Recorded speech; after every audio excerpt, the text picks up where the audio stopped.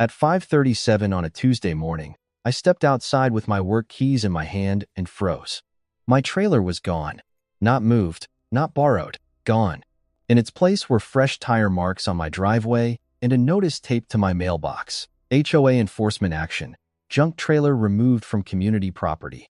Community property. That driveway was mine. The trailer had current tags, insurance, a clean title, and every tool I needed to earn a living. Then, Karen Whitmore, the HOA president, walked up smiling. "You'll need to contact the Impound lot," she said, "and before you bring it back, you'll sign a compliance agreement." I asked who gave her permission to send a tow truck onto my private driveway. "The HOA has broad authority," she said. "This is not a construction yard." I looked down at the notice again. It said my trailer was abandoned, unregistered, and removed from a common area. Every word was false. And by lunchtime, Karen was standing in front of a sheriff's deputy, trying to explain why her signature was on an impound form claiming she had legal authority over property she did not own. I bought that house because of the driveway. The house was modest, but the driveway was wide, flat, and fully inside my property line. It gave me enough room for my pickup and my work trailer without blocking the sidewalk, the street, the mailbox, or anyone else's view. Before closing, I checked the plat map. Before parking there, I read the HOA rules. The trailer was registered, insured, tagged, locked, and clean. It was not junk. It was how I paid my mortgage. I did small renovation jobs around the county, trim work, cabinet repairs, deck fixes, drywall patches, fence gates, and water-damaged baseboards. I was not rich. I was just a guy who woke up early, kept receipts, paid HOA dues, and tried to live quietly. For the first year, nobody complained. I mowed on Saturdays, brought my trash cans in before dark, and never left materials in the yard. Then, Karen Whitmore became HOA president. Karen called every rule a standard, every warning a courtesy, and every disagreement an attitude problem. My first notice said my trailer was unsightly commercial storage. I replied politely with photos, registration, insurance, and the HOA rule showing only abandoned, inoperable, or unregistered vehicles were restricted. Karen never answered. A week later, she slowed her SUV in front of my house while I was loading a ladder. "This neighborhood is not a contractor lot," she said. I told her the trailer was legal and parked on my property. She looked at it like it was a stain. "Legal and appropriate are not always the same thing," she said, then drove away. That was when I realized this was not really about a trailer. It was about who Karen thought belonged in that neighborhood and who she wanted pushed out of sight. So if you have ever dealt with an HOA that treated honest work like something shameful, share your thoughts in the comments. Stories like this are rarely just about one driveway or one trailer. They are about ordinary people being told their property is only theirs until someone with a clipboard decides otherwise. The real trouble started with a second notice. This one was not a courtesy letter. It was a violation notice with a $250 fine attached, claiming my trailer was unsightly storage and a threat to neighborhood standards. I read the rule again at my kitchen table. It only mentioned abandoned, inoperable, or unregistered vehicles. My trailer was none of those things. It moved almost every day. It had current tags. It was insured. It was locked. It was clean. So I emailed Karen again. I asked her to identify the exact rule I had violated. I attached the same documents, registration, insurance, photos, and a screenshot of the HOA rule. I kept the tone polite because I knew angry emails helped the wrong person. She did not answer the question. Instead, 2 days later, I came home and saw Karen standing at the end of my driveway with another board member. She was taking pictures of my trailer, like it was evidence at a crime scene. I stepped out of my truck and asked what she was doing. "Documenting continued non-compliance," she said. I told her she was photographing registered property parked on private land. Karen lowered her phone and smiled. "You keep saying private property like that ends the conversation," she said. "You bought in an HOA. That means you agreed to standards." I told her standards did not give her permission to rewrite property lines. That was when her face changed. The smile stayed, but the warmth disappeared completely. "Bring it into compliance," she said, "or the association will handle it." The next morning, I found out what handle it meant. My trailer was gone before sunrise. The tow yard told me it would cost $895 to release it, plus daily storage. They also said the order listed it as an abandoned junk trailer removed from a common area. But my security camera showed the truth. At 4:12 a.m., a tow truck backed into my private driveway while Karen stood near the mailbox pointing at my trailer. No hearing, no board vote, no sheriff, no court order. Just Karen, a tow hook, and a lie on a form. I wanted to storm into that tow yard and make somebody explain how my trailer ended up behind a chain-link fence before sunrise. But anger would not get my tools back, evidence would. So I sat at my kitchen table, opened my laptop, and started building a file. The first thing I pulled was my security camera footage. The front camera caught everything clearly at 4:12 a.m. The tow truck rolled into frame with its headlights low. It did not stop at the curb. It backed straight into my driveway, past the property line, close enough that its rear tires crossed the expansion joint I had sealed myself the previous summer. Then Karen appeared. She was standing near my mailbox in a dark coat, holding a folder against her chest and pointing toward my trailer like she was directing traffic. The driver got out, looked around once, hooked the trailer, and pulled it out while every house on the street was still dark. I saved the video 3 times, one copy on my laptop, one on a flash drive, one in cloud storage. Then I took screenshots showing the timestamp, the tow truck, Karen's face, and the trailer sitting fully on my driveway before they touched it. After that, I pulled my closing documents from the filing cabinet: deed, plat map, old survey, HOA covenants, every boring piece of paper most people only look at when they buy a house.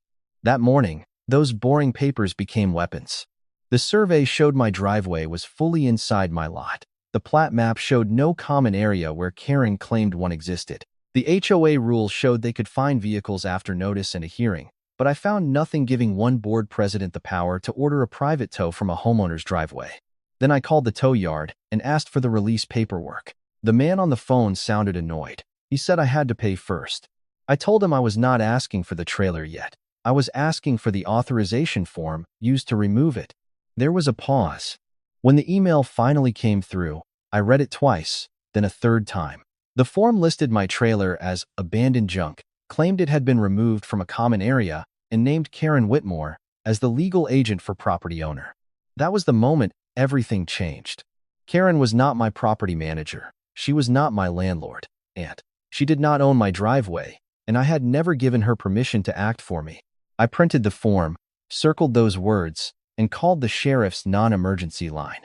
I did not yell. I did not threaten anyone. I simply said my registered work trailer had been removed from my private property using paperwork that appeared to contain false information.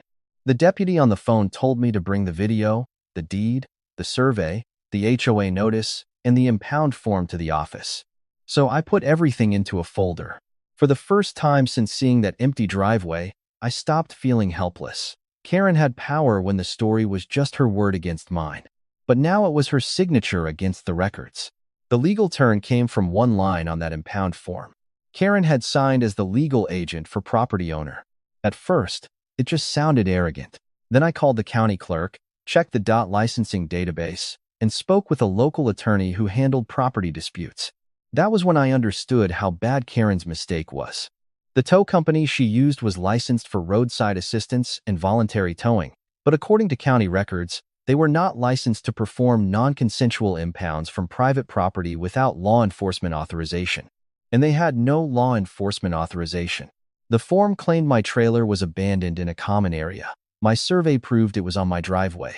My camera proved the tow truck entered my private property. My registration proved the trailer was legal. And Karen's own signature proved she had personally approved the removal under a title she did not have. Then my attorney found the second problem. The HOA's own rules required written notice, time to cure, a hearing, and a board vote before serious enforcement action. Karen had skipped all of it. No hearing, no minutes, no vote. Just one president pretending her opinion was a court order.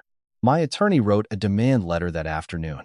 It required the immediate release of my trailer with no fees, preservation of all tow records, reimbursement for lost work, and notice to the HOA's insurance carrier. Karen replied with one sentence: "The HOA has broad enforcement authority." My attorney sent back 6 words: "Not over property you do not own." That was the moment the power shifted. The next morning, I met my attorney outside the tow yard with a folder under my arm and a knot in my stomach. A sheriff's deputy arrived a few minutes later. Behind him came a DOT compliance officer in a white county vehicle. That was when the tow yard manager's confidence started to fade. At first, he tried the same line he had used on the phone. "No release without payment," he said. The deputy did not argue. He simply asked for the impound log, the tow authorization, the company license, and the exact location where the trailer had been taken from. The manager brought out the paperwork. Then he stopped talking. The form said common area. My survey said private driveway. The form said abandoned junk. My registration said active and legal. The form said Karen was the legal agent for the property owner. My deed said I was the owner. Then Karen arrived. She walked in like she expected everyone to apologize for wasting her time. But when the deputy asked if she had a court order, a police request, written owner authorization, or a recorded HOA board vote, her face tightened. "The HOA has standards," she said. The DOT officer looked at the tow company's license and shook his head. "You are not licensed for this type of non-consensual impound," he said. That sentence changed the room. The tow yard manager turned on Karen immediately. He said she had signed the form and told them the driveway was community property. Karen snapped back that they should have verified their own legal authority before hooking anything. For the first time, nobody was treating me like the problem. The deputy took my statement. The DOT officer wrote up the licensing violation. My attorney informed both of them that the HOA's insurance carrier would receive a claim for lost income, equipment damage, and unlawful removal of property. Then, the manager unlocked the gate. My trailer rolled out with scuff marks on the jack, a bent latch, and 2 damaged tool cases inside. But it rolled out without me paying a dime. Karen stood beside her SUV, silent now, while the deputy wrote down her name from the very form she thought would scare me into compliance. After that, Karen stopped sending notices. My attorney sent one instead. It went to the HOA board, the tow company, and the insurance carrier. Attached were the security footage, deed, survey, registration, impound form, sheriff's report, DOT citation, repair estimate, and invoice for the job I lost that morning. At first, the HOA tried to make it disappear by canceling my $250 fine. My attorney called that a beginning, not a settlement. 2 weeks later, their insurance paid for the damaged tools, lost income, attorney fees, and the trailer repairs. The tow company lost its HOA contract and got cited for the illegal impound. Karen lost something she valued even more than money: control. At the next HOA meeting, the room was packed. Other homeowners had stories too: fake violations, selective fines, threats over fences, flags, and work trucks. Karen tried to say she was protecting property values, but nobody wanted to hear it anymore. By the end of the month, she was no longer HOA president. The board changed its towing policy, and no single officer could ever authorize a private property tow again without legal review, proper notice, and a recorded vote. I parked my trailer back in the same spot on my driveway. Clean, legal, mine. And every morning after that, when I hooked it to my truck, I remembered one thing: I did not win because I yelled louder. I won because I kept records, read the rules, checked the property line, and let Karen's own paperwork tell the truth.